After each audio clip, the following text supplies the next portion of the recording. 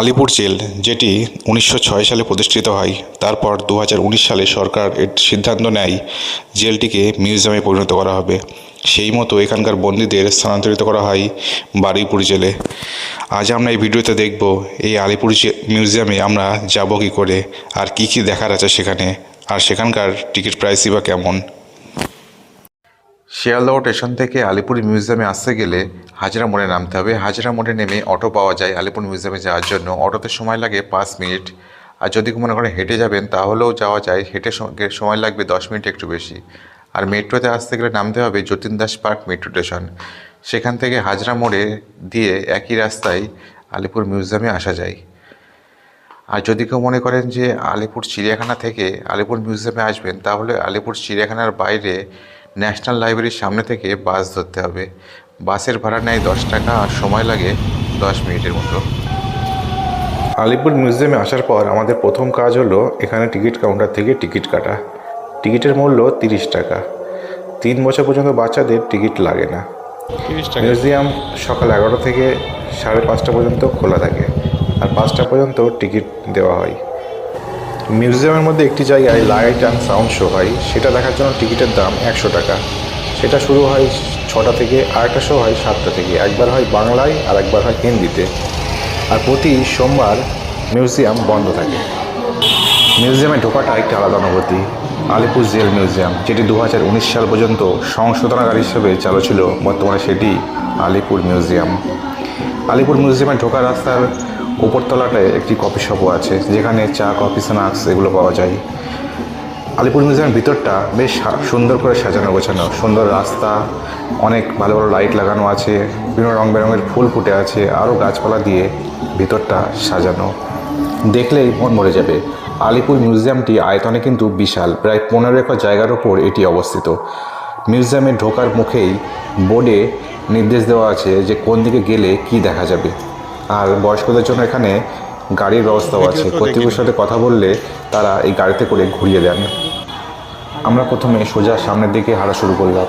এই দিকটায় অনেকগুলি সেল রয়েছে, যে সেলগুলোতে একসময় আমাদের দেশের বিখ্যাত স্বাধীনতা সংগ্রামীরা বন্দী ছিলেন, যেমন জওহরলাল নেহেরু, নেতাজি সুভাষচন্দ্র, বিধানচন্দ্র রায়, আরও বিভিন্ন স্বাধীনতা সংগ্রামী রয়েছেন যারা এই আলিপুর জেলেই একসময় বন্দী ছিলেন।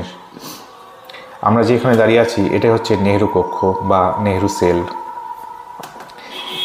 এই সেলেই 1934 সালে 17 ফেব্রুয়ারি থেকে 7 মে পর্যন্ত বন্দী ছিলেন জওহরলাল নেহেরু। আর নেহেরু বন্দী থাকাকালীন ওনার মেয়ে ইন্দিরা গান্ধী ওনার সাথে দেখা করতে আসতেন। তাই ইন্দিরা গান্ধীর একটি মূর্তিও একটি গাছের তলায় আছে, যেখানে উনি জওহরলাল নেহেরুর সাথে বসে কথা বলতেন। এরপরে আমরা আসলাম ওল্ড গোডাউন, যেটা বর্তমানে একটি লাইব্রেরি ও সেমিনার হল। এখানে একটি সেলফি জোনও আছে, সেখানে দাঁড়িয়ে অনেকে ছবিও তুলছেন। এখানে খানিকক্ষণ বসারও ব্যবস্থা রয়েছে। এরপরে আমরা আসলাম আরেকটি সেলে, যে সেলটি ফাঁকা ছিল এবং সেলের গেটগুলো ছিল খোলা। এই ছোট ছোট সেলগুলোর মধ্যে ঢুকে অনুভূতি নিতে পারেন যে সেলগুলোর মধ্যে ঢুকলে কেমন লাগে। আলিপুর জেলটির একদম মাঝখানে রয়েছে একটি ওয়াচ টাওয়ার, আর ওয়াচ টাওয়ারের চারিদিকে সেলগুলো রয়েছে। এই ওয়াচ টাওয়ার থেকেই চারিদিকের যে সেলগুলোর উপরে নজর রাখা হতো। এই ওয়াচ টাওয়ারটি বর্তমানে আন্দামানের যে সেলুলার জেল রয়েছে সেই জেলের বন্দীদের কাহিনী তুলে ধরা হয়েছে। সেখানকার বন্দীদের কীভাবে দুর্দশায় থাকতে হতো সেটি এখানে লেখার মাধ্যমে, ট্যাচুর মাধ্যমে এবং ছবির মাধ্যমে তুলে ধরা হয়েছে। কীভাবে অমানসিক কষ্টের মধ্যে ওখানকার বন্দীদের কাটাতে হতো।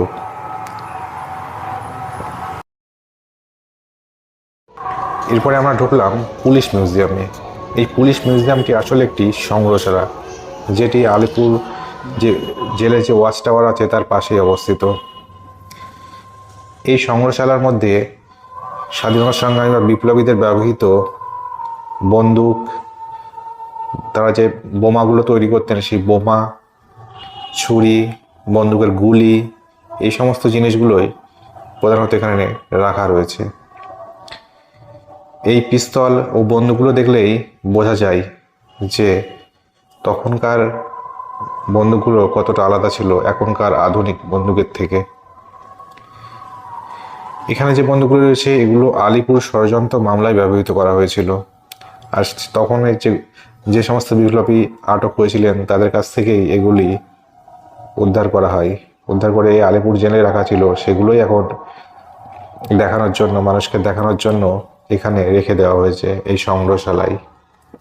এরকম আরও ষড়যন্ত্র মামলা, যেমন ঢাকা ষড়যন্ত্র মামলা, আরও বেশ কিছু ষড়যন্ত্র মামলায় ব্যবহৃত অস্ত্রগুলো এখানে রাখা রয়েছে। এছাড়া বিপ্লবীরা যে সমস্ত জায়গা থেকে অস্ত্রগুলো লুট করতেন, অনেক জায়গা থেকে ইংরেজদের কাছ থেকে, সেই লুটের অস্ত্র যখন ইংরেজরা আটক করত, সেই আটক অস্ত্রগুলো এখানে রেখে দেওয়া হয়েছে।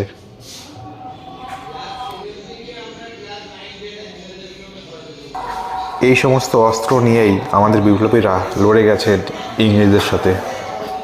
অস্ত্রগুলো দেখলেই বোঝা যায় যে কতটা অসামঞ্জস্য ছিল সেই লড়াই। সেই লড়াইয়ের মাধ্যমে এসছে আমাদের স্বাধীনতা।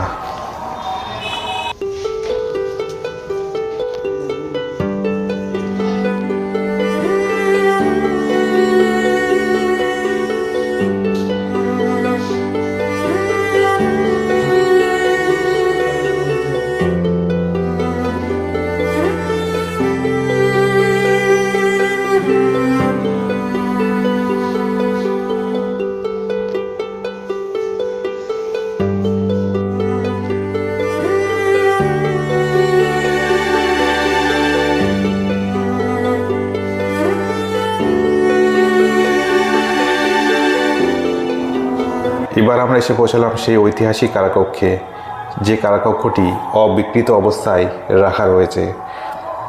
অর্থাৎ ইংরেজের আমলে কারাকক্ষটি যেমন ছিল এখনও সেভাবে রয়েছে।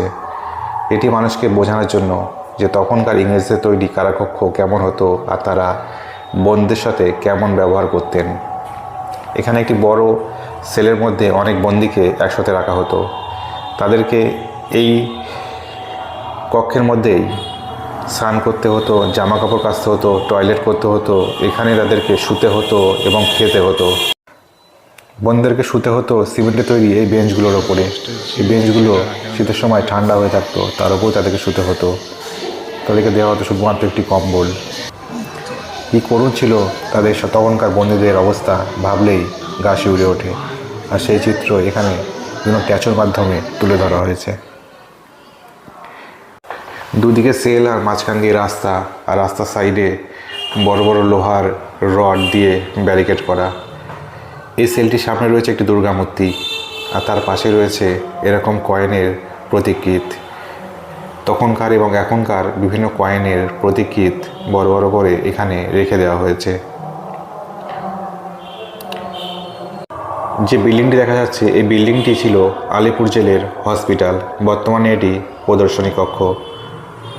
আর সামনে যে মাঠটি দেখা যাচ্ছে, এই মাঠটিতেই হয় লাইট অ্যান্ড সাউন্ড শো, যেটা 6টা থেকে শুরু হয়। এই বিল্ডিংয়ের পাশেই ছোট্ট একটি মাঠে রয়েছে ফুড কোর্ট।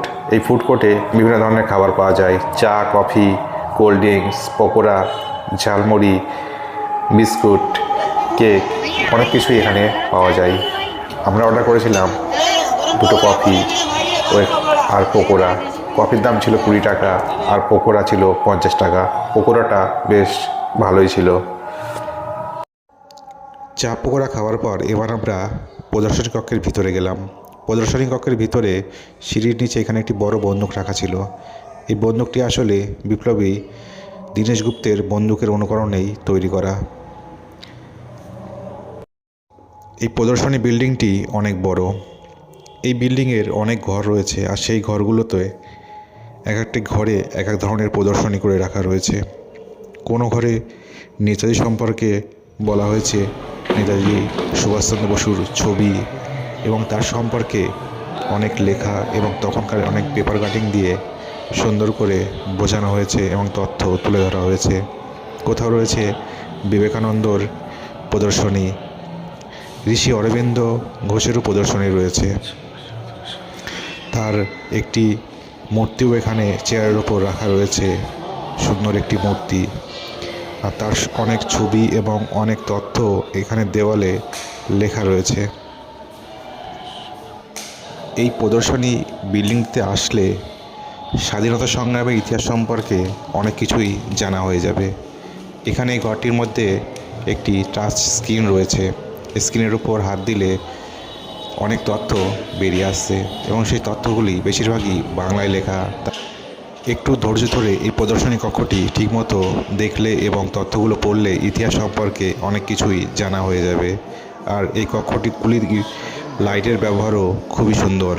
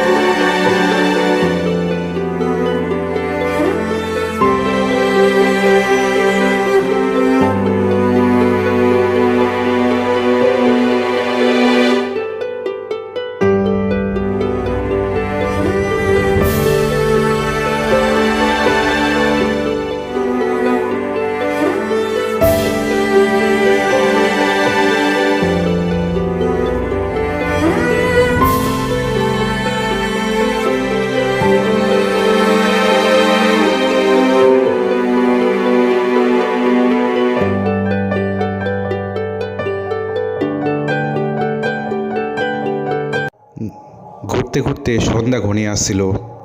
বাইরের লাইটগুলো তখন জ্বলে গেছে। সে লাইটের আলোয় মিউজিয়ামের বাইরের সৌন্দর্য আরও বৃদ্ধি পেয়েছিল। আমরা এখনও প্রদর্শনী বিল্ডিংয়ের মধ্যেই রয়েছি। আর প্রদর্শনী বিল্ডিংয়ের এই কক্ষটিতে পশ্চিমবঙ্গ সরকারের বিভিন্ন মন্ত্রীদের এবং প্রশাসনের বিভিন্ন ব্যক্তিদের পাওয়া বিভিন্ন স্বীকৃতি এখানে প্রদর্শিত করে রাখা রয়েছে।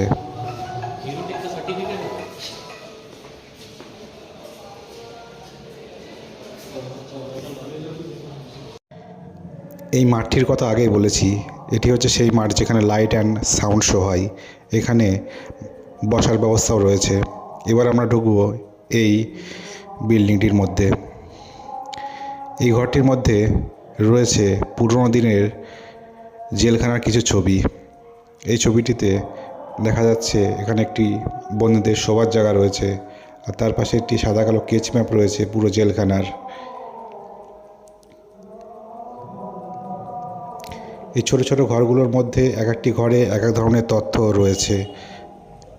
এই পাশে যে ঘরটি রয়েছে এই ঘরটির মধ্যে ছোট ঘরটির মধ্যে লাইট অ্যান্ড সাউন্ড শো হয়। বিপ্লবীদের সম্পর্কে এখানে বলা হয় এবং ছবি দেখানো হয়। তিন দিকের দেওয়ালে প্রজেক্টরের মাধ্যমে ভিডিও ফুটে ওঠে। কিছু মানুষের বসার ব্যবস্থাও রয়েছে সেখানে। বেশ সুন্দর লাগলো জায়গাটা। 19 বছর বয়সে ক্ষুদিরাম ঘোষ ব্রিটিশ বিচার তার খুশি ব্রিটিশরা অভিযান চালিয়ে অনেক আমাদের সময় প্রায় শেষ হয়ে আসছিল। বাইরে থেকে হুইসেলের আওয়াজ আসছিল। এখানে যারা সিকিউরিটি গার্ড তারা হুইসেল দিয়ে ইশারা করে বলছিলেন যে বাইরে বেরিয়ে যেতে হবে এবার, কারণ 5:30টার পর এই মিউজিয়ামের মধ্যে কাউকে থাকতে দেওয়া হয় না। আমরা অনেক জায়গায় ঘুরলাম, বেশ ভালো লাগলো এবং কিছু কিছু জায়গা আছে যেগুলো আমরা মিস করে গেলাম। যেমন যে এই আলিপুর জেলেই যেখানে ফাঁসি দেওয়া হতো, বিপ্লবী দীনেশ গুপ্তের ফাঁসি হয়েছিল, সেই জায়গাটি আমরা সময়ের অভাবে যেতে পারিনি। পশ্চিমবঙ্গের শেষ ফাঁসিও এই জেলেই হয়েছিল, সেটা ছিল ধনঞ্জয়ের ফাঁসি। তো ভিডিওটি কেমন লাগলো অবশ্যই কমেন্টে লিখে জানাবেন। যদি ভালো লেগে থাকে একটা লাইক এবং সাবস্ক্রাইব করে দেবেন, তাহলে পরবর্তী ভিডিওগুলো পেতে সুবিধা হবে। আরও একটি তথ্য জানিয়ে দিই যে এখানে যদি কেউ বাইক বা গাড়ি নিয়ে আসে তাদের পার্কিং করারও ব্যবস্থা রয়েছে। বাইক পার্কিংয়ের জন্য ঘন্টায় 10 টাকা নেওয়া হয়, 4 চাকা গাড়ির জন্য নেওয়া হয় 20 টাকা, আর বাসের জন্য 50 টাকা। যখন বেরিয়ে আসলাম তখন বাইরেটা অন্ধকার হয়ে গেছে।